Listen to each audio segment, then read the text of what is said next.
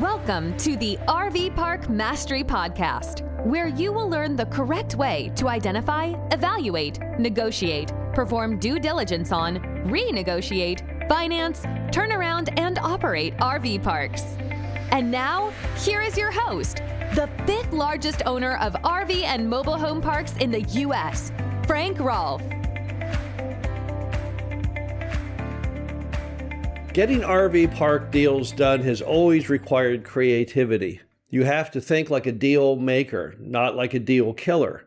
You have to think about all the weaponry in your arsenal to make those numbers tie to what the seller is demanding on price. But there's two tools that many RV park buyers don't consider, which are perhaps among the most important. This is Frank Rolfe with the RV Park Mastery Podcast. We're going to talk about two tools that have been used in the crafting of many RV park deals. And those two tools are called escrows and earnouts. And in both cases, what you're doing is you're having the seller put their money where their mouth is. You're making them stand behind claims that they may have made by putting cold hard cash as a backstop. So what they tell you either must be true, or if they're wrong, the money flows to you. So let's start off with earnouts. So what is an earnout? An earnout is basically when the seller shares the risk with you, the buyer. Let me give you an example of what would be an earnout. Let's say someone says, yes, my RV park only has 50% occupancy now, but I think it's on its way to having 80% occupancy in the future. And you say, well, look, all I can underwrite is 50% now. All the lender is going to give me credit for is 50% now.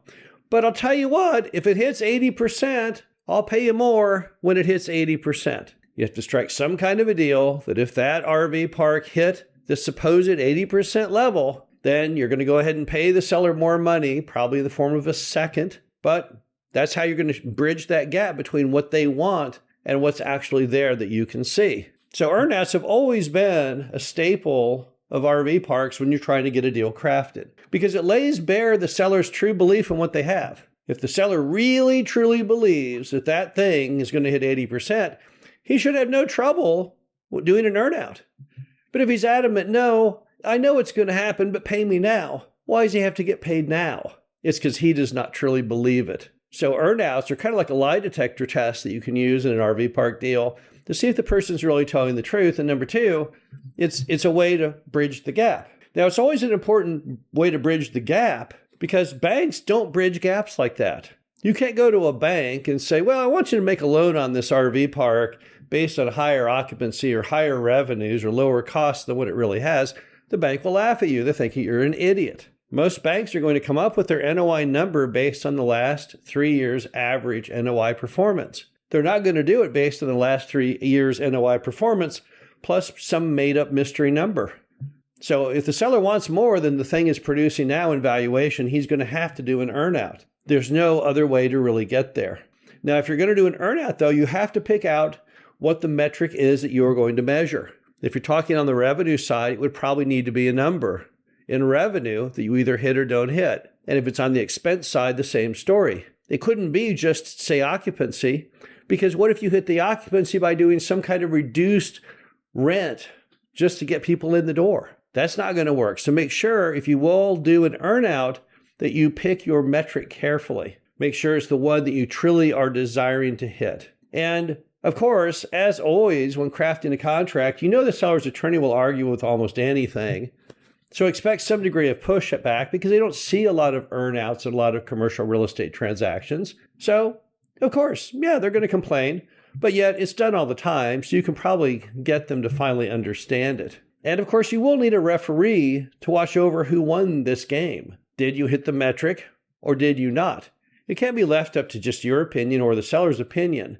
And that's where typically a title company would come in. So you probably would want to have a legal agreement with the title company that they on a specific date are going to decide whether or not that metric was hit, whether or not the seller gets that extra money. And I will tell you, in 30 years of experience, that typically when you have an earnout, 75% of the time or more, the seller's going to lose. You're not going to hit whatever he thought. Because if you were going to hit it, he would have already hit it. That's what always drives me crazy when the seller says, oh, yes, you know, it's so easy to attain this higher number. Well, if it was so easy to attain it, why didn't they attain it? And the answer is often because they can't. Then we change over to escrows. Now, what's an escrow? It's the same as the earnout. You're asking the seller to share the risk with you, the buyer. Now, typically on an escrow, though, what's happening here is we're looking at risk and danger and those kinds of items that we're trying to protect against. So let's assume, for example, that there are problems in the washroom, the laundromat, any part of the amenities package, the swimming pool, and you tell the seller, here's the deal, I need $60,000 off for these pool repairs, and the seller says, oh no, I can do them for cheaper than that. Well, that's something you could put in an escrow. And if they can get the pool repairs done for less than $60,000, then they get, whatever's left, $60,000 minus the actual cost. So it's not a bad thing to do. It's done all the time. It can be done on all kinds of issues. Any repair and maintenance issues, it can be tied to any titling issues. Whatever the case may be, escrows can often be the perfect way to fix those kinds of disputes. And typically escrows are a lot easier to measure than earnouts. Is the swimming pool decking done or is it not? Did the swimming pool decking get the green tag from the city government or did it not? But once again, you'll have to figure out what the metric is that you are measuring to find out who actually gets the escrow. And escrows are typically much shorter in duration. Typically an escrow only lasts for maybe a year or so, whereas an earnout situation could be years into the future. And I have found it to be easier to convince a seller to do an escrow than it is to do an earnout because it does have a shorter time frame and because they fully understand what it all means. I will also tell you that escrows typically end up in about a 50-50 chance of the seller scoring, which is much better than on the earnouts. Normally when a seller thinks, well, I can get those trees removed for less money, or the seller says, yes, well, I can get that tiling issue solved. Normally they can. At least they can roughly half the time. But again, the risk is on them. It's not on you. If you were to buy it on a deal where they just say, oh yeah, I know you can get it fixed and you can't, then what happens with them? Why did you pay them for something they could not perform on? That's the problem. And that's what escrows and earnouts are always trying to bridge the gap on. The bottom line is you have to be creative to get things done in America today. It doesn't matter what sector of real estate you're in, and RV parks are certainly no exception. But when you can't make the numbers tie, and yet the seller is trying to get value for things that are not currently achieved, you've got to spin that around. You have to make them put skin in the game. You have to put the risk back at least on them in a portion. And a great way to do that is using earnouts and escrows. This is Frank Rolfe, the RV Park Mastery Podcast. Hope you enjoyed this. Talk to you again soon.